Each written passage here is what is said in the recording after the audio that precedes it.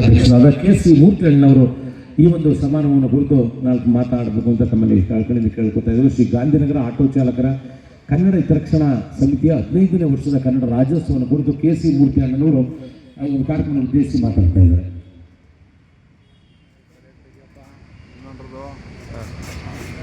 ನಮ್ಮ ಮುರುಗನ್ಜಿಯವರು ಹೇಳ್ತಾ ಇದ್ದಾರೆ, ಕೆ.ಸಿ. ಮೂರ್ತಿಯವರು ಕನ್ನಡಕ್ಕಾಗಿ ಹಲವಾರು ಬಾರಿ ಜೈಲಿಗೆಲ್ಲ ಹೋಗಿ ಬಂದಿದ್ದಾರೆ ನಮ್ಮ ಕೆ.ಸಿ. ಮೂರ್ತಿಯವರು ಅಂತ. ನೋಡಿ, ಕನ್ನಡದ ಅಭಿಮಾನ ಎಷ್ಟು ಮಟ್ಟಿಗೆ ನಮ್ಮ ಪ್ರಾಣವನ್ನು ಕೊಟ್ಟು ಬೇಕಾದರೂ ಕನ್ನಡವನ್ನು ಉಳಿಸ್ತೀವಿ ಅನ್ನೋದೊಂದು ಕಲೆ ನಮ್ಮ ಕೆ.ಸಿ. ಮೂರ್ತಿ ಅಣ್ಣವರು.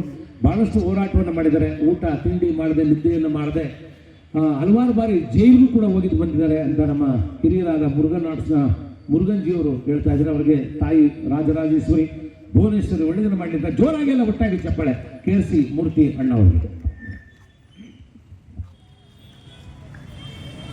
ಎಲ್ಲರಿಗೂ ನನ್ನ ನಮಸ್ಕಾರ. ಏನು ಇವತ್ತು 70ನೇ ಕನ್ನಡ ರಾಜ್ಯೋತ್ಸವವನ್ನು ಭಾರಿ ಅದ್ದೂರಿಯಾಗಿ ಬೆಂಗಳೂರು ನಗರ ಕೇಂದ್ರ ಭಾಗದಲ್ಲಿ ನಮ್ಮ ಆನಂದ್ ಅವರ ಅಧ್ಯಕ್ಷತೆ ಮತ್ತು ಅವರ ಸ್ನೇಹಿತರು ಎಲ್ಲ ಗಾಂಧಿನಗರ ಆಟೋ ಚಾಲಕರ ಹಿತರಕ್ಷಣಾ ಸಮಿತಿಯಿಂದ ಭಾರಿ 15ನೇ ವರ್ಷದ ಅದ್ದೂರಿ ಕಾರ್ಯಕ್ರಮಕ್ಕೆ ತಾವು ಎಲ್ಲ ಇಲ್ಲಿ ಆಗಮಿಸಿರುವ ಎಲ್ಲ ಅಣ್ಣ ತಮ್ಮಂದಿರಿಗೂ ಎಲ್ಲ ಇಲ್ಲಿರುವ ಎಲ್ಲ ಕಾರ್ಯಕರ್ತರಿಗೂ, ಯಾಕೆಂದರೆ ಫಸ್ಟು ಕಾರ್ಯಕರ್ತರು ಈ ಕಾರ್ಯಕ್ರಮನ ಯಾರು ಯೋಚನೆ ಮಾಡಿರ್ತಾರೋ ಅವ್ರಿಗೆ ಆ ತಾಯಿ ಹೆಣ್ಣಮ್ಮ ತಾಯಿ ಭುವನೇಶ್ವರಿ ಆಶೀರ್ವಾದ ಸದಾ ಇಂಥ ಕಾರ್ಯಕ್ರಮ ರೂಪಿಸಣೆ ಮಾಡಲಿಕ್ಕೆ ಅವ್ರಿಗೆ ಆರೋಗ್ಯ ಭಾಗ್ಯ ಕೊಡಲಿ. ಕನ್ನಡದ ಕಾರ್ಯಕ್ರಮನ ಯಾರೇ ಮಾಡಿದ್ರು ಕೂಡ ಕರೀದೇ ಇದ್ರು ಕೂಡ ಕನ್ನಡ ಕಾರ್ಯಕ್ರಮಕ್ಕೆ ಹೋಗಿ ಕನ್ನಡ ಕಾರ್ಯಕ್ರಮಗಳನ್ನ ಅವ್ರ ಜೊತೆಲಿ ಸೇರಿ ನೀವು ಕೂಡ ಈಗ ಊರಲ್ಲಿ ಹಬ್ಬ ಹರಿದಿನಗಳನ್ನ ಮಾಡಿದಾಗ ಎಲ್ಲ ಸೇರ್ಕೊತೀರ. ಹಂಗೆ ಇದು ಒಂದು ಹಬ್ಬನೇ ನಮಗೆ. ಇದು ರಾಜ್ಯೋತ್ಸವ ಅಂದ್ರೆ ಈ ನಾಡಿನ ಹಬ್ಬ, ಕನ್ನಡಿಗರ ಹಬ್ಬ. ಇದರಲ್ಲಿ ಯಾರು ಕರಿಬೇಕಾಗಿಲ್ಲ, ಅಭಿಮಾನದಲ್ಲಿ ಬರುವಂಥದ್ದು ಇದು. ಇದರಲ್ಲಿ ಏನು ನಾವು ಯಾವುದೋ ಪಕ್ಷದವರು ರಾಜಕಾರಣಿಗಳು ನಾವು ಯಾವುದೋ ಪಕ್ಷಕ್ಕೋಸ್ಕರ ಬಂದಿದ್ವಿ ಅಂತಲ್ಲ. ದಿನನಿತ್ಯ ನಾವು ಹೋರಾಟದಲ್ಲಿ ಇರುವಂಥವ್ರು, ಕನ್ನಡದ ಸೇವೆಯಲ್ಲಿ ತೊಡಸ್ಕೊಂಡಿರುವಂಥವ್ರು ಪಿ. ಮೂರ್ತಿ ಅಣ್ಣವರು ಇಡೀ ರಾಜ್ಯದಲ್ಲಿ ಅಂಬೇಡ್ಕರ್ ಸೈನ್ಯನ ಕಟ್ಕೊಂಡು ಬಡವರು ಪರವಾಗಿ ರಾಜ್ಯದ ಧ್ವನಿಯಾಗಿ ನಿಂತಿದ್ದಾರೆ, ಕನ್ನಡಿಗರ ಪರವಾಗಿ.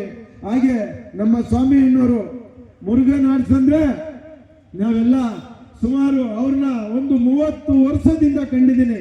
ಯಾಕೆಂದ್ರೆ ಅವರು ಸಾಮಾನ್ಯ ಜನರಲ್ಲಿ ಸಾಮಾನ್ಯ ಜನರು.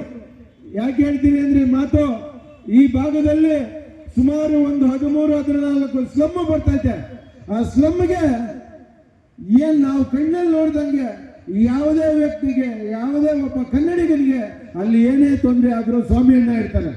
ಸ್ವಾಮಿ ಅಣ್ಣ ಹೋಗಿ ಅಲ್ಲಿ ಏನು ಕುಂದುಕೊರತೆಗಳು ಇದ್ರೂ ಕೂಡ ನಾವು ನೋಡ್ದಂಗೆ ಲಕ್ಷಾಂತರ ಜನರಿಗೆ ಸೇವೆ ಮಾಡಿದಂಥ ಒಬ್ಬ ಮಾನವ ಇವತ್ತು ವೇದಿಕೆಯಲ್ಲಿದ್ದಾರೆ. ಅವ್ರಿಗೂ ತಾಯಿ ಅಣ್ಣಮ್ಮ ತಾಯಿ ಆಶೀರ್ವಾದ ಸದಾ ಇರಲಿ. ಯಾರ್ಯಾರು ಕನ್ನಡದ ಕೆಲಸ ಮಾಡ್ತಾರೋ ಅವ್ರಿಗೆಲ್ಲ ಆ ತಾಯಿ ಆಶೀರ್ವಾದ ಸದಾ ಇರಲಿ ಅಂತ ಹೇಳ್ತಾ, ನನ್ನ ಸ್ನೇಹಿತರು ಆನಂದ್ ಅವರು ಮತ್ತೆ ಎಲ್ಲ ಅವರ ಅಣ್ಣ ತಮ್ಮದಿರು, ಅವರ ಸಹಪಾಠಿಗಳು ಈ ಕಾರ್ಯಕ್ರಮನ ಕೇಂದ್ರ ಭಾಗದಲ್ಲಿ ಭಾರಿ ಅದ್ದೂರಿಯಾಗಿ ಕಾರ್ಯಕ್ರಮ ಮಾಡ್ತಾ ಇದ್ದಾರೆ. ಎಷ್ಟು ಜನರಿಗೆ ಅದು ಒಳ್ಳೆ ಮನಸ್ಸಿದೆಯೋ, ಎಷ್ಟು ಜನರಿಗೆ ಒಳ್ಳೆ ಮನಸ್ಸಿಲ್ವೋ, ಆನಂದ್ ಅವ್ರಿಗಂತೂ ಭಾರಿ ವೇದಿಕೆನ ಭಾರಿ ಅರ್ಥಪೂರ್ಣವಾಗಿ ವೇದಿಕೆನ